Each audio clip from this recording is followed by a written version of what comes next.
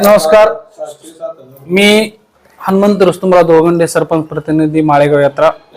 दक्षिण भारतात सर्वात मोठी यात्रा जी भरते ती ह्या 18 डिसेंबरला माळेगाव यात्रा खंडेरायांची पालखी सुरुवात 18 डिसेंबर पासून सुरुवात होत आहे।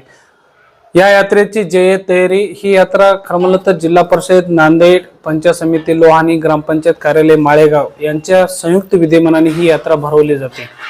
या यात्रेची पूर्व तयारी नांदेड जिल्ह्याचे जिल्हाधिकारी कर्डिले साहेब असो, नांदेड जिल्ह्याचे आपले लोहा कंधारचे आमदार आदरणीय प्रताप पाटील चिखलीकर साहेब असो, शिव मॅडम आणि सर्व विभाग प्रमुख या तयारीमध्ये आहेत। पूर्ण तयारी चालू आहे।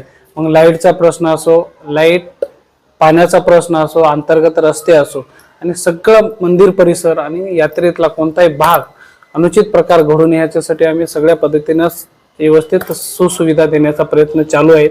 आणि काही प्रमाणात गेल्या वर्षी काही प्रमाणात यात्रा अंधारात होती, पण यावर्षी आम्ही 25 पोल आणि गेल्या वर्षी 25 पोल असे 50 पोल लाईटचे पोल आपण यात्रा परिसरात लावला। कारण जसे जसे या दिवस चालले तसे वर्ष चालले तशी यात्रा वाढत चालली आणि यात्रेतला भाग कुठं अंधारात राहू नये यासाठी आम्ही पूर्णत्व उजळत राहावं यासाठी आम्ही गेल्या वर्षी 25 आणि या वर्षी असे कमीत कमी 50 पोल लावलेत। यात्रेतला कोणताही भाग अंधारात राहणार नाही। यावर्षी आपण गेल्या वर्षी यात्रा ही सीसीटीव्ही कॅमेऱ्यामध्ये पूर्ण यात्रा सीसीटीव्ही कॅमेऱ्यात कशी राहील आणि सुरक्षित कशी राहील या पद्धतीने आम्ही तयारी केलेली आहे।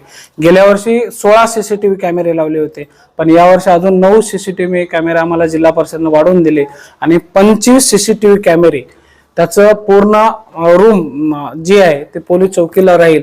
म्हणजे यात्रातला कोणताही भाग सीसीटीव्ही कॅमेऱ्याच्या बाहेर राहणार नाही। पूर्ण जिथं कुठं अनुचित प्रकार घडत असेल तर ताबडतोब तिथं पोलीस चौकी पोलीस कर्मचारी पोहोचणार आहेत। ज्या पद्धतीने आपल्याला यात्रेचं नियोजन करायचं त्या पद्धतीने आम्ही अतिशय सुंदर नियोजन असं केलेलं आहे।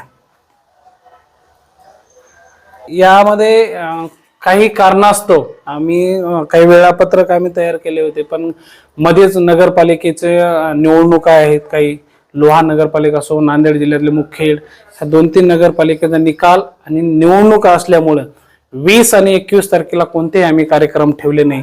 कारण 18 डिसेंबर 2025 ला देवस्वारी म्हणजे देवाची पालखी पूर्ण यात्रेला पूर्ण राऊंड मारून देवाच्या मंदिरात येते आणि खरी यात्रेला सुरुवात तिथून होत असते। दुसऱ्या दिवशी 19 डिसेंबरला आसव स्वान कुक्कुट प्रदर्शन विविध स्टॉलचे प्रदर्शन उद्घाटन त्या ठिकाणी आम्ही 19 तारखेला ठेवलेलं आहे। 20 तारखेला कृषीनिष्ठ शेतकऱ्यांचा सत्कार त्या दिवशी निवडणूक असल्यामुळे आपण छोटासा कार्यक्रम ठेवलेला आहे। त्यानंतर 21 ला निवडणूक असल्यावर कोणताही कार्यक्रम ठेवला नाही आपण निकाल असल्यामुळे। 22 ला जो लावणी महोत्सव असतो तो लावणी महोत्सव आपण मोठ्या थाटामाटात इथे 22 तारखेला उद्घाटन आहे। त्यानंतर 23 ला कुस्त्याची प्रचंड दंगल हा एक कार्यक्रम तिथं आपण ठेवलेला आहे 23 ला। आणि त्याच्या सोबतच पशु प्रदर्शन जे दुग्ध व्यवसायाचे आहेत ते पशु प्रदर्शन त्या दिवशी ठेवलेल्या कुस्त्याच्या दिवशी।